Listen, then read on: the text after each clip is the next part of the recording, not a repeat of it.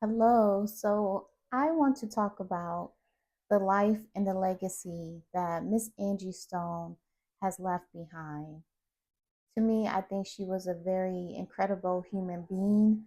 She was very talented. She was not only a singer, but she was a songwriter. She was a rapper. Not too many people know about that. She was an actress. She was a mother and just a beautiful person in general. And she had a lot of impact on music and our culture. She definitely inspires so many women across the world, especially single mothers, as she was a single mother herself. She showed us the power of resilience and soul. Angie was truly due her flowers and her royalties, which we will talk about that later. And I also want to talk a little bit about her suspicious death because to me, something just isn't right. So let's get into the story of Miss Angie Stone. So Angie Stone was born Angela Laverne Brown on December 18, 1961 in Columbia, South Carolina. She was an only child just like me, and she grew up with a deep-rooted faith in God. She sang in her church choir and she also sang at school, where her rich, soulful voice began to shine. Some people don't know, but Angie was very athletic. She was a cheerleader. She played basketball in high school. And during that time, she and two of her fellow cheerleaders formed the group Sequence, which was the first all female rap group. So not only was the group Sequence the first all female rap group, but they also paved the way for other upcoming rap artists, such as Queen Latifah, Salt and Pepper, Lauryn Hill, and many more. They really need to be thanking the group Sequence. So not only did the group Sequence made history as the first all-female rap group, but in 1979 they released a song "Funk You Up" that I was just jamming to. And this song was definitely a hit. And this song was later sampled by Dr. Dre in his track Keep Their Heads Ringing. And it was also inspired by Bruno Mars' Uptown Funk. So for the longest, I was jamming to Uptown Funk. I love that song, but I did not know that it was inspired by the group Sequence Funk You Up.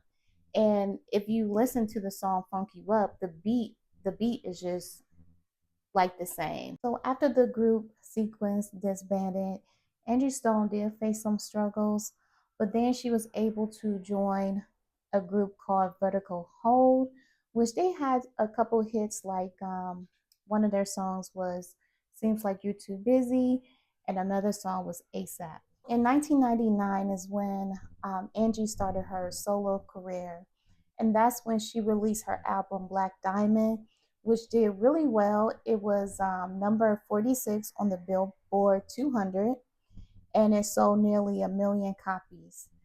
Angie's voice was compared often to Shaka Khan and Gladys Knight. Her voice was very powerful and raw and full of soul. You could feel her music. You could feel the energy behind her.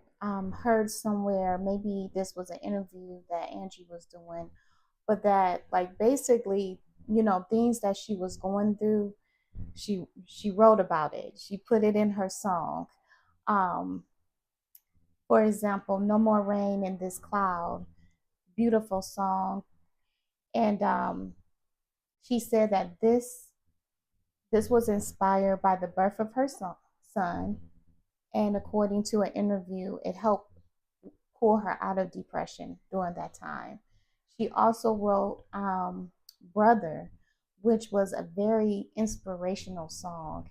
And it was really bold of her to just put that type of song out there. And I just think it was a beautiful tribute to Black men everywhere. And just, someone seeing them, seeing their struggles, and just showing love. So, her songs wasn't just about love songs or romantic, but it was also about, helping to uplift other people. It was inspirational. Angie was just one of those women who, she was a giver, and she was full of love, and sometimes people took advantage of that. Sometimes people didn't treat her the way that she treated them. So let's address the elephant in the room. Supposedly, Angie died during a traffic accident. And to me, something just doesn't sit right with me. I definitely suspect foul play, especially when just not long before her death, she spoke out about how she has been owed money from years ago from Universal Music,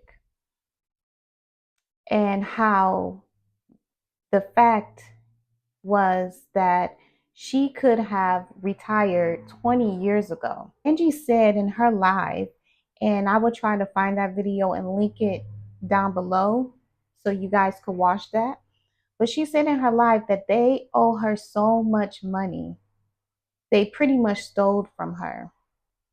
And so, right before Angie's death, not only did she speak about the injustices that was happening to her, but also she was working on getting her money back. Can you imagine having decades of hits and you're still fighting for money that was rightfully yours or that you earned? To make it worse, Angie said in her video that her management team failed her. These were the people that were supposed to protect her financially, and they didn't do that. One thing I do respect about Angie and admire is that she did not stay silent. She did not. She spoke out, and she called out Universal Music and demand that they pay her back the money that was hers. I remember when I was younger, and to me, she was just so refreshing to see, because there weren't many artists, who were dark skinned, and just she just modeled a beauty that looked like my own, that as a young dark skinned teenager I needed to see.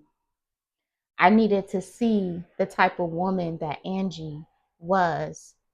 She was successful. She defied the odds. A lot of times there are certain beauty standards in the music industry, and she was able to represent beauty beyond the industry standards, even though there were probably a lot of unfair treatment with her. But she kept going. Angie was very resilient. Angie was very hardworking. She was strong, and she was determined. She also was a single mother. Through her struggles, she was able to create beautiful music for us, music that helps us heal, like no more rain in this cloud, music that helps inspire and uplift us, and music that will last from generation and on.